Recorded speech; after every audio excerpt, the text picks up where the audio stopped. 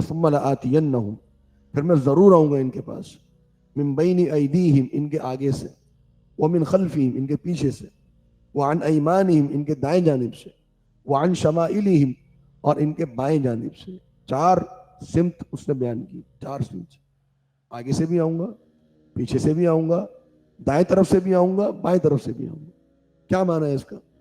علماء نے اس کا معنی یہ کیا کہ سامنے کی طرف سے آنے کا معنی یہ ہے کہ میں ان کو آخرت سے بے فکر کروں گا، کیونکہ آگے کیا ہے ان کے؟ آخرت، انہیں آخرت کی طرف جانا ہے۔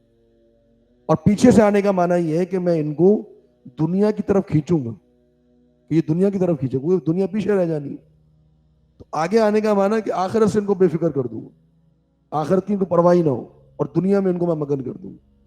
اور دائیں جانب سے آنے کا معنی یہ ہے کہ ان کو میں نیکیوں سے بے رغبت کروں گا، کہ یہ نیکیاں نہ کریں۔ اور بائیں جانب سے آنے کا معنی یہ ہے کہ ان کو میں گناہوں کی طرف مبتلا کروں گا، گناہوں کی دعوت دوں گا۔ تو وہ کبھی آگے کی طرف سے آتا ہے، کبھی پیچھے کی طرف سے۔ اس کے یہ مختلف چالیں ہیں، مختلف وسوسے ہیں اس کے۔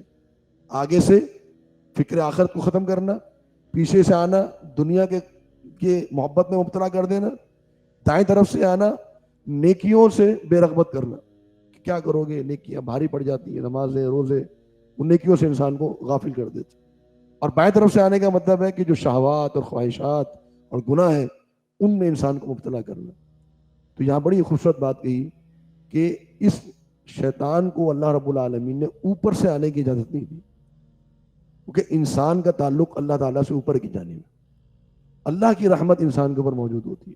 یہ شیطان چاروں سمت سے حملہ آور ہے، لیکن اوپر سے اللہ رب العالمین نے دروازہ کھلا ہوا ہے۔ انسان کو جو ہدایت ملتی ہے، جو تعلق قائم ہوتا ہے اس کا، وہ اللہ رب العالمین سے ہوتا ہے۔ اور اسی لیے نبی صلی اللہ علیہ وسلم صبح شام کی دعاؤں میں یہ دعا پڑھا کرتے تھے، اللہم انی اسألک العفو والعافیۃ فی الدنیا والآخرہ، اللہم انی اسألک العفو والعافیۃ فی دینی ودنیای واہلی ومالی، اللہم استر عوراتی وآمن روعاتی، اللہم احفظنی من بین یدی ومن خلفی وعن یمینی وعن شمالی ومن فوقی واعوذ بعظمتک ان اغتال من تحتی۔ یہ صبح شام نبی صلی اللہ علیہ وسلم اس دعا کو پڑھا کرتے تھے۔ کا معنی کیا ہے؟ اللہ میں تجھ سے تیری معافی کا اور عافیت کا سوال کرتا ہوں، دنیا میں بھی اور آخرت میں بھی۔ اللہ میں تجھ سے تیری معافی کا اور عافیت کا سوال کرتا ہوں، اپنے دین کے معاملے میں، اپنے اہل کے معاملے میں، اپنے خاندان کے معاملے میں، اپنے مال کے معاملے میں۔